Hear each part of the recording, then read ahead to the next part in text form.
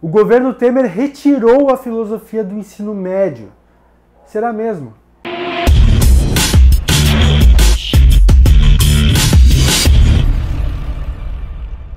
Olá, seres pensantes que levam o conhecimento como entretenimento. Como vão vocês? Hoje eu quero falar sobre algo que é do interesse dos profissionais de filosofia por todo o Brasil.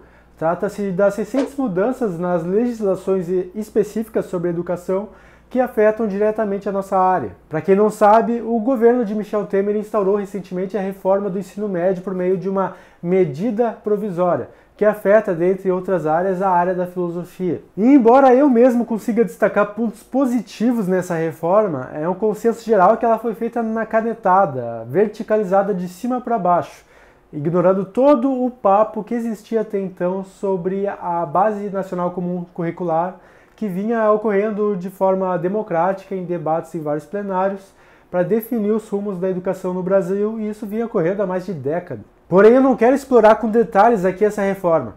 Como educador de filosofia, eu me vejo com o compromisso, antes de tudo, com a verdade. E a verdade é que não. Ao contrário do que estão dizendo por aí, a filosofia não foi retirada do ensino médio e nem deixou de ser obrigatória. E por que eu faço um vídeo para explicar isso? Bem, é porque é simplesmente preocupante quando você vê alunos para os quais você deu aula, ou mesmo professores de filosofia, ainda doutorandos de filosofia, compartilharem uma notícia de um sindicato de professores do Paraná dizendo já na sua manchete que a filosofia foi retirada do ensino médio. Assim que eu fiquei sabendo dessa notícia, eu me perguntei, mas como assim? Um dia antes de ficar sabendo dessa notícia, eu tinha lido a Lei de Diretrizes e Bases da Educação Nacional, a famosa LDB, para a qual todos os educadores do Brasil devem direcionar sua atenção. E nessa lei, que é sempre atualizada quando alguma alteração que diz respeito à educação entra em vigor, não dizia nada sobre a retirada da filosofia, muito menos sobre a desobrigação de ofertar essa matéria no ensino médio. Como a gente pode ler num dos parágrafos da LDB, a Base Nacional Comum Curricular referente ao ensino médio incluirá obrigatoriamente estudos e práticas de educação física, arte, sociologia e filosofia. E a lei que insere esse parágrafo na LDB é a própria reforma do ensino médio proposta pelo governo do Michel Temer. Eu resolvi ir então direto na fonte que foi utilizada pelo sindicato em questão e por outras mídias preocupadas com a garantia da filosofia no ensino médio. Essa fonte é a Base Nacional Comum Curricular. E olha que feliz coincidência, nem mesmo nesse documento, que foi recém-redigido pelo MEC em sua atualização para esse ano, dizia que a filosofia foi desobrigada do ensino médio. No documento, o termo filosofia aparece apenas 3 vezes e nenhuma delas fala sobre a sua desobrigatoriedade.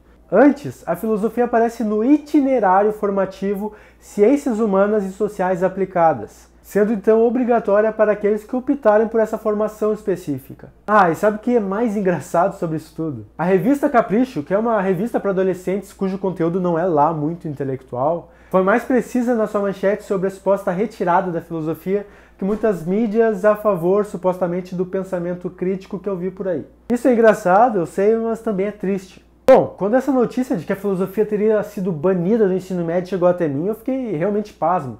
Eu sou um futuro professor de filosofia, eu quero trabalhar no ensino médio, talvez um dia na educação superior, e então eu me perguntei, como assim as pessoas estão falando disso se não há, pelas legislações específicas, algo garantindo que seja assim? O que eu percebi é que existem sim preocupações sensatas em jogo, fazendo as pessoas espalharem mentiras, temendo que elas se tornem verdade. Como vimos no trecho específico que eu citei agora há pouco, não se fala da filosofia como disciplina, mas como estudos e práticas. E o argumento razoável é que estudos e práticas pode ser um termo interpretado de forma mal intencionada por governantes e juízes que queiram prejudicar a filosofia no ensino médio. Porém, se é assim mesmo, nós temos que relevar que não é apenas a filosofia que está prestes a ser diluída no ensino médio, mas todas as outras matérias que não estão recebendo o status de disciplina. Isso porque as únicas 2 disciplinas da Base Nacional Comum Curricular são português e matemática. Todas as outras matérias, como biologia, química, história, filosofia, sociologia e por aí vai, estão sendo entendidas como componentes dos itinerários formativos que estão disponíveis em 5 categorias pela própria MP do ensino médio. Sim, é verdade que a alteração do termo disciplina para estudos e práticas pode acabar ferrando professores de filosofia que queiram atuar no ensino médio. Entretanto, nada mais a gente pode fazer do que evitar teorias da conspiração sobre essa sutileza. o que pode acabar gerando ainda mais desinformação sobre uma reforma que ninguém parece entender direito.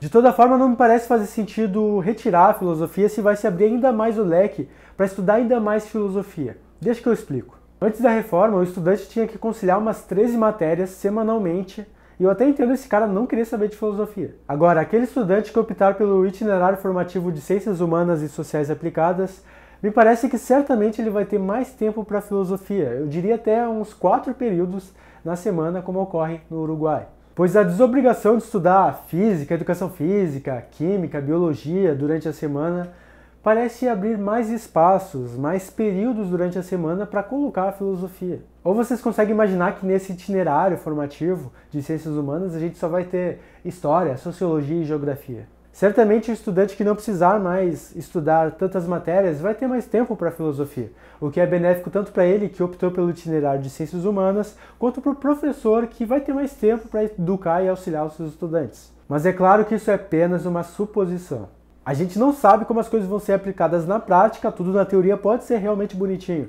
E com essa tentativa de dar ainda mais autonomia para os estados, os municípios e as próprias escolas, nós temos que ser justos e julgar os casos caso a caso. Outro ponto de preocupação é que a filosofia não está obrigada a aparecer nos 3 anos do ensino médio. E realmente essa preocupação é legítima porque não está na lei que seja assim. Entretanto, é aquilo que eu disse, não é apenas a filosofia desobrigada de aparecer nos 3 anos. E se você acha que ela deve ser obrigada, ganhando o mesmo status de português e matemática, embora com a grande maioria das disciplinas não seja assim, você pode votar na ideia legislativa que eu deixo na descrição do vídeo aqui embaixo. Agora fica uma questão que é também uma ressalva. Será que nós devemos reivindicar que a filosofia seja obrigada, como disciplina, a todos os itinerários formativos? Mesmo quando o estudante resolveu optar por, sei lá, formação técnica e profissional, ou ciências da natureza e suas tecnologias? Isso não seria pedir tratamento especial diante da maioria das áreas do conhecimento que também estão sendo diluídas numa área maior e interdisciplinar?